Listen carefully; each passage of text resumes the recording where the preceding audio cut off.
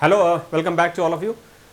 आज हमारे सामने एक बहुत ही स्मार्ट क्वेश्चन है और इसका सॉल्यूशन भी स्मार्ट तरीके से होगा, है ना। आइए क्वेश्चन देखते हैं। If a ball is thrown vertically upwards with speed you, है ना। आपने एक बॉल को वर्टिकली अपवर्ड फेंका है विथ स्पीड यू, ठीक है। तो आपसे पूछा गया है the distance covered during the last t second of its ascent is, यानी अपनी असेंट की जर्नी के आखिरी टी सेकंड में बॉल ने कितना डिस्टेंस कवर किया है, ये हमको बताना है ना। ओके, आइए कुछ चीज़ें डिस्कस करते हैं और फिर इसको ट्राई करते हैं, है ना। ओके,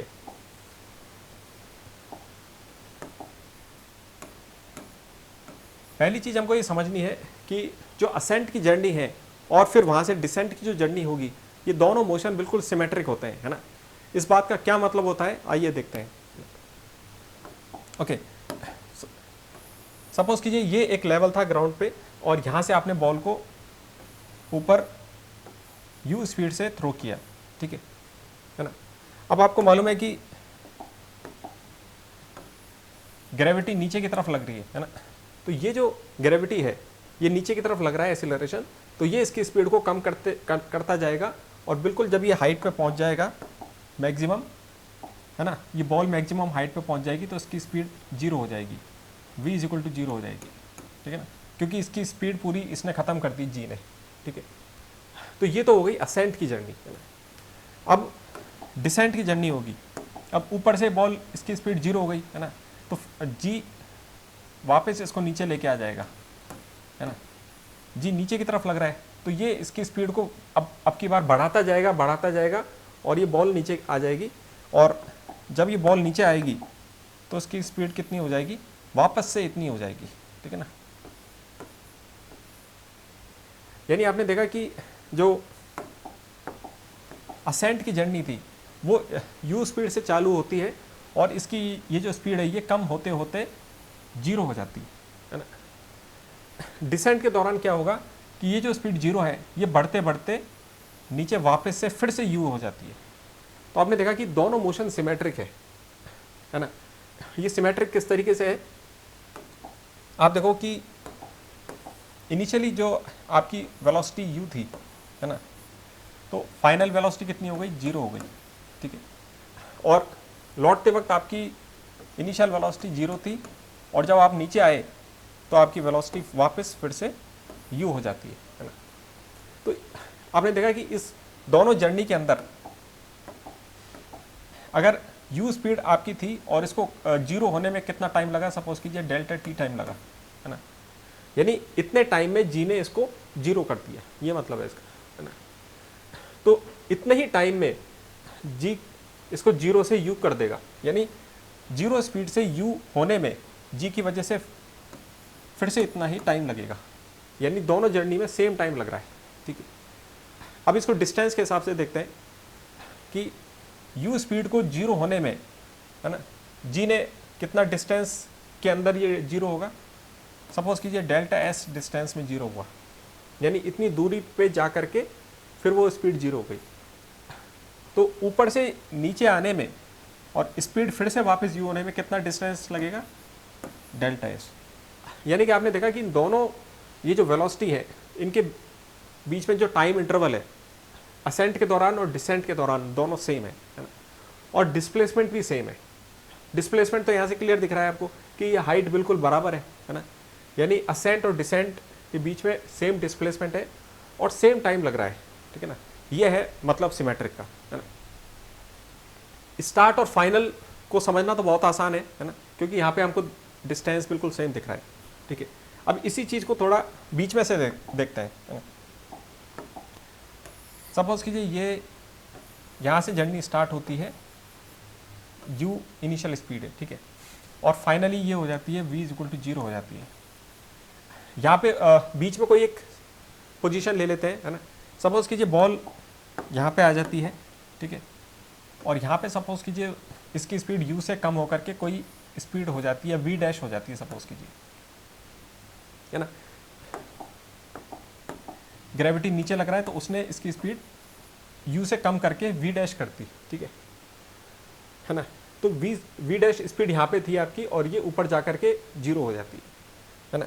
इस लेवल को आप मान लो कि सपोज कि ये किसी लेवल पे हो रहा है, तो सिमेट्रिक मोशन का यहाँ पे क्या मतलब हुआ कि जब ये बॉल वापस आएगी, है ना, जब ये बॉल यहाँ पे ऊपर जा करके फिर वापस फॉल होगी और वापस इसी लेवल पर आएगी, ये जो लेवल है ग्राउंड से इसकी हाइट सेम है, तो इसी लेवल पे जब ये बॉल दोबारा आएगी तो इसकी स्पीड क्या हो जाएगी, उतनी ही हो जाएगी जितनी यहाँ से स्टार्ट हुई थी, ठीक है ना, उतनी ही हो जाएगी।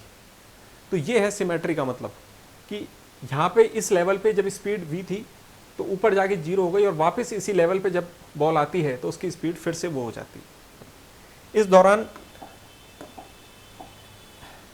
इस स्पीड को 0 होने में कितना टाइम लगा, सपोज कीजिए डेल्टा टी टाइम लगा, है ना। तो इसी 0 से वापस इतने होने में कितना टाइम लगेगा, डेल्टा टी टाइम लगेगा, ठीक है ना। कितने डिस्टेंस में यहाँ से यहाँ तक 0 हुई, सपोज कीजिए डेल्टा एस डिस्प्लेसमेंट में हुई, तो 0 से वापस v डैश स्पीड डेवलप होने में कितने डिस्टेंस में होगी, डेल्टा एस। यानी आपने देखा कि इन दोनों जो वेलोसिटी है इनके बीच में टाइम इंटरवल भी सेम है और डिस्टेंस भी सेम है, तो ये मतलब है सिमेट्रिक का, है ना। अब ये चीज़ आपने देख ली कि असेंट और डिसेंट का मोशन सिमेट्रिक होता है और हमने उसको इंटरमीडिएट पोजीशन से देख लिया है ना। अब आप इसको ट्राई करो, इस प्रॉब्लम को अब आप ट्राई करके देखो, है ना। अभी भी इसमें थोड़ा सा दिमाग लगाना पड़ेगा और हो जाएगा, है ना, ठीक है। So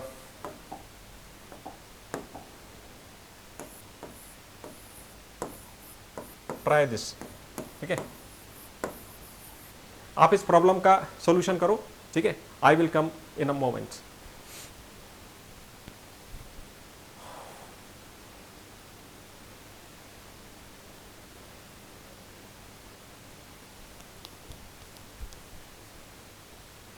okay, hope you have tried this, है ना। वीडियो को पॉज करके आप इसको आसानी से और अपना टाइम लेके इसको ट्राई कीजिए, है ना, और फिर वापस आप इसको आप देखना, है ना, ठीक है। तो इस क्वेश्चन को सॉल्व करने के लिए इस सिमेट्रिक ये जो मोशन होता है इस बात का हम इस्तेमाल करेंगे, है ना। तो इस क्वेश्चन में हमसे क्या पूछा गया था, आपको ये दे रखा है कि आपने u स्पीड से एक बॉल को ऊपर की तरफ फेंका, ठीक है ना। आपको मालूम है कि g की वजह से धीरे धीरे इसकी स्पीड खत्म होकर के फाइनली u 0 हो जाएगी, है ना। फाइनली इसकी स्पीड खत्म हो जाएगी, ठीक है। g एक्सेलरेशन नीचे की तरफ लग रहा है, उसकी वजह से इसकी स्पीड पूरी खत्म हो जाएगी हाइट तक, ठीक है। आपसे क्वेश्चन में ये पूछा गया है कि अपनी ये जो असेंट की जो इसकी जर्नी है इसके आखिरी, सपोज कीजिए आखिरी t सेकंड में उसने कितना डिस्टेंस ट्रेवल किया, है ना, ठीक है। ये आपसे पूछा गया है ना। तो सपोज कीजिए कि t सेकंड पहले उसकी कोई स्पीड v डैश थी, सपोज कीजिए, है ना। आप ये मान सकते हो कि आपसे t टाइम में पूछा है ना, कितना आखिरी t सेकंड में कितना डिस्टेंस कवर किया, ये पूछा गया है ना। तो हम मान लेते हैं कि t सेकंड पहले सपोज कीजिए कोई v डैश वेलोसिटी इसमें डेवलप हुई, है ना। तो हमको सिमेट्री से मालूम है कि ऊपर से जब ये नीचे आएगा तो वापस इतनी ही वेलोसिटी नीचे की तरफ डेवलप हो जाएगी, है ना। और इसके ऊपर से नीचे आने में भी टाइम t लगेगा। और हमको ये भी मालूम है कि ये दोनों का डिस्टेंस, ये जो डिस्टेंस है ये सेम रहेगा, यहाँ पे भी s डिस्टेंस है और यहाँ पे भी s डिस्टेंस है, ठीक है। अब आपसे पूछा गया था कि t टाइम में, t सेकंड में कितना डिस्टेंस ट्रेवल हुआ था, है ना। और ये डिस्टेंस बिल्कुल इसके बराबर है।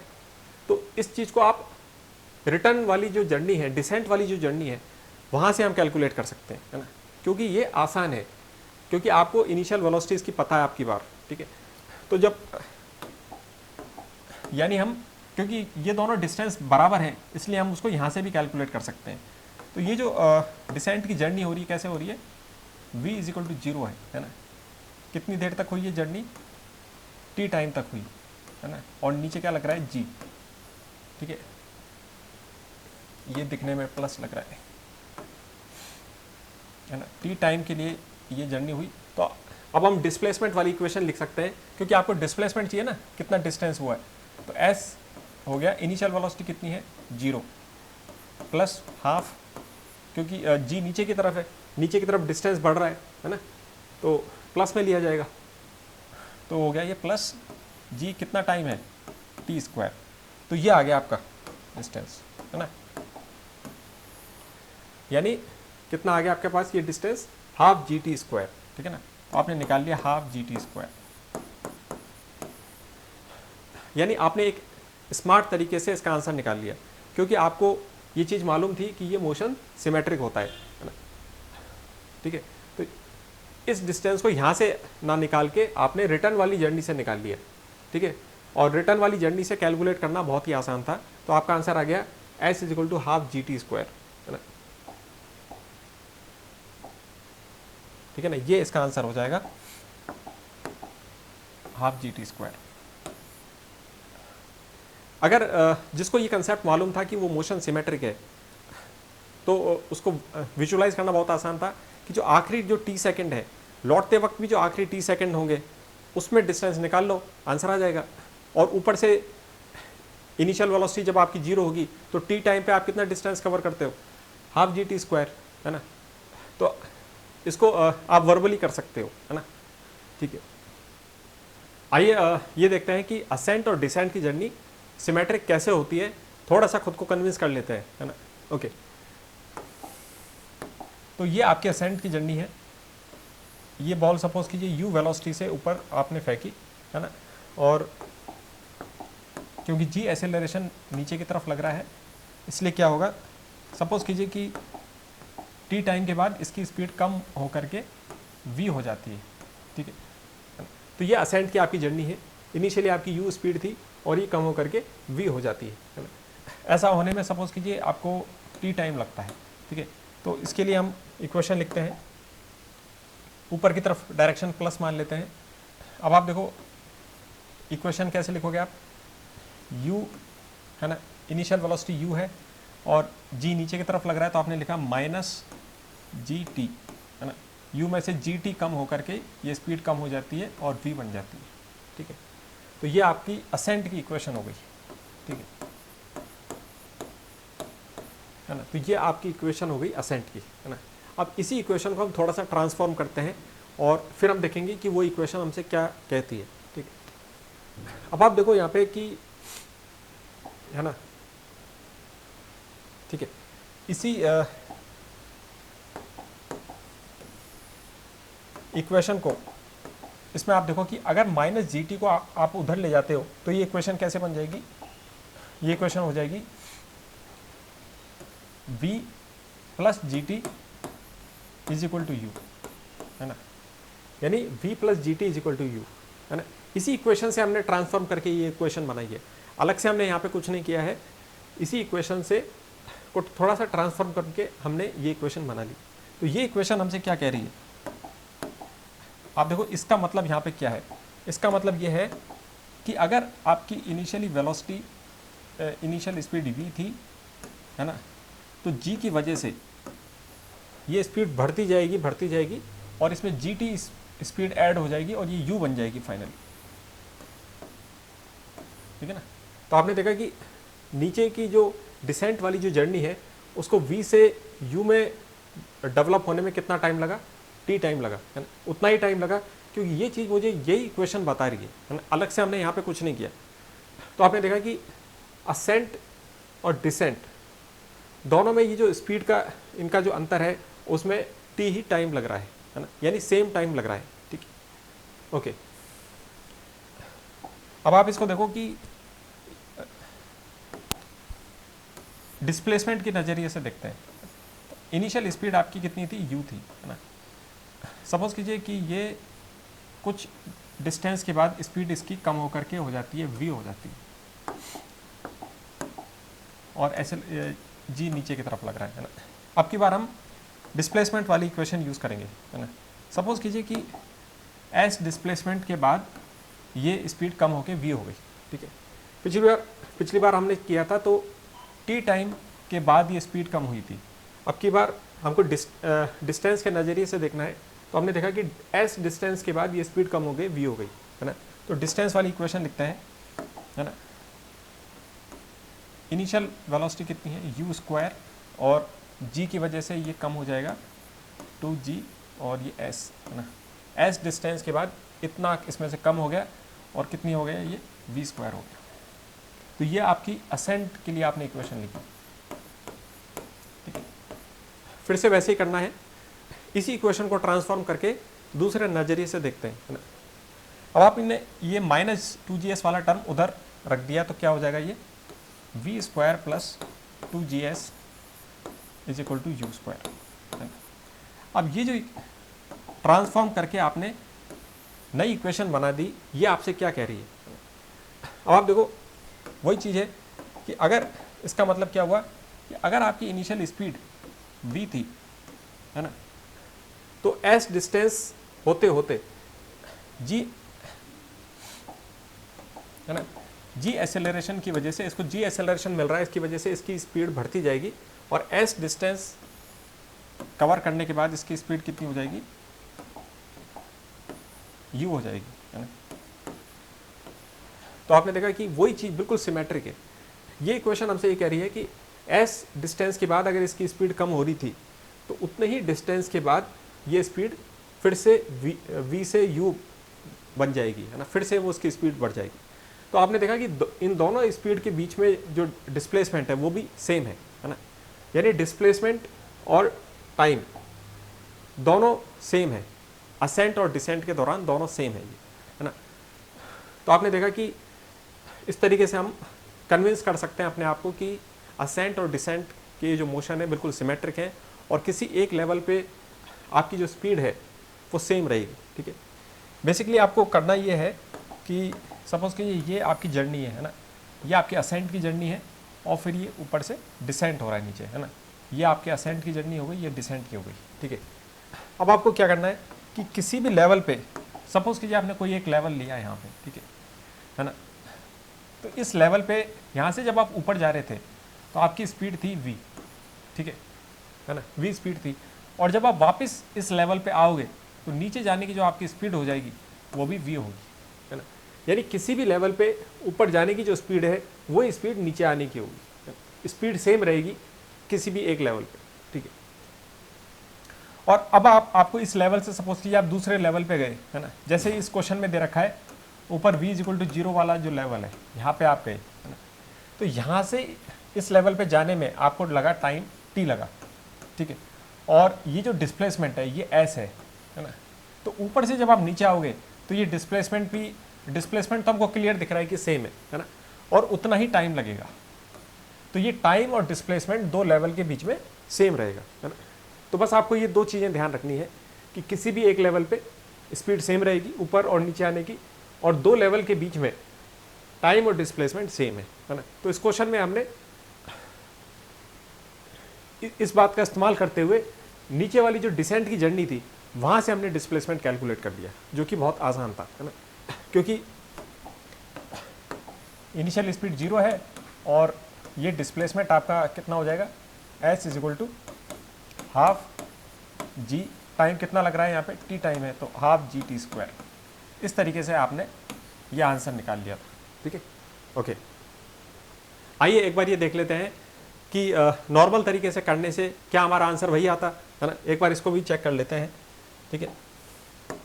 तो ये आपसे पूछा गया था कि आपने बॉल को u स्पीड से फेंका और ये मैक्सिमम हाइट पे v = 0 हो जाती है ना। आपसे क्वेश्चन में पूछा गया था कि अपनी जर्नी के आखिरी t सेकंड में कितना डिस्टेंस कवर किया गया, है ना, कितना डिस्टेंस कवर किया इस बॉल ने आखिरी t सेकंड, ठीक है। ओके, तो मान लेते हैं कि t टाइम पहले उसकी स्पीड सपोज कीजिए v' हो गई, है ना। सपोज कीजिए t टाइम पहले उसकी स्पीड v' थी, है ना, और यहाँ से वो बॉल ऊपर जाती है और उसकी स्पीड 0 हो जाती है, ठीक है। यानी स्टार्ट आपने यहाँ से किया, ये आपकी इनिशियल है और ये फाइनल है, ठीक है। तो इसकी इक्वेशन से हम इस स्पीड को निकाल लेते हैं, है ना।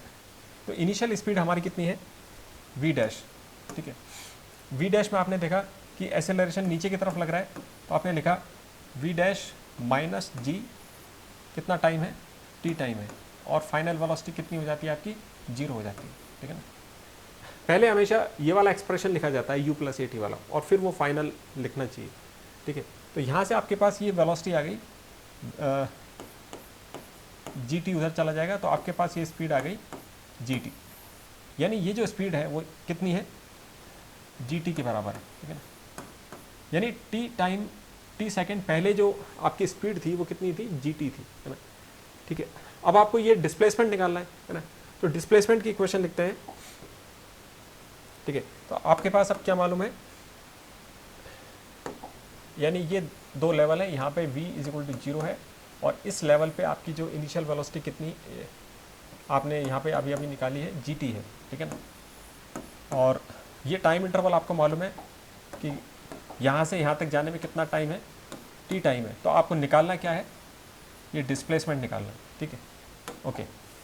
तो डिस्प्लेसमेंट की इक्वेशन लिखते हैं, s is equal to initial velocity कितनी है, इनिशियल वेलोसिटी ये gt है, ये अभी हमने निकाला है ना। तो इनिशियल वेलोसिटी आ गई gt और कितना टाइम लगा इस यहाँ से यहाँ तक जाने में, t टाइम लगा। तो आपने लिखा t, क्योंकि g नीचे की तरफ लग रहा है तो आपने लिखा माइनस हाफ g, कितना टाइम लग रहा है इस जर्नी में, t टाइम, तो ये t स्क्वायर हो गया। अब आप देखो ये आ गया ना वही चीज़, ये हो गया आपका gt square minus half gt square. तो gt स्क्वायर में से जब आप हाफ gt स्क्वायर माइनस करोगे तो क्या आ जाएगा आंसर, ठीक है ना, आ गया ना। ये 1 है तो 1 में से हाफ गया तो कितना आ गया, हाफ gt स्क्वायर। तो आपने देखा, हमने नॉर्मल तरीके से करने से भी आंसर बिल्कुल वही आया, लेकिन इसमें आपने देखा कि पहले हमको ये स्पीड कैलकुलेट करनी पड़ी और फिर यहाँ पे ये इक्वेशन लगानी पड़ी, तो 2 स्टेप में हो गया और काफ़ी लेंथी प्रोसेस हो गया, है ना। तो आपने देखा कि इस मोशन की सिमेट्री का इस्तेमाल करके, है ना, ये जो मोशन की सिमेट्री है इसका इस्तेमाल करके हमने बहुत आसानी से ये आंसर निकाल लिया, है ना। असेंट का इस्तेमाल ना करके हमने डिसेंट वाली जर्नी से ये डिस्टेंस निकाल लिया, है ना। और आसानी से आप इसको वर्बली सॉल्व कर सकते हो, है ना। आंसर आ जाएगा हाफ gt स्क्वायर, है ना। Okay, so thank you for today, see you next time.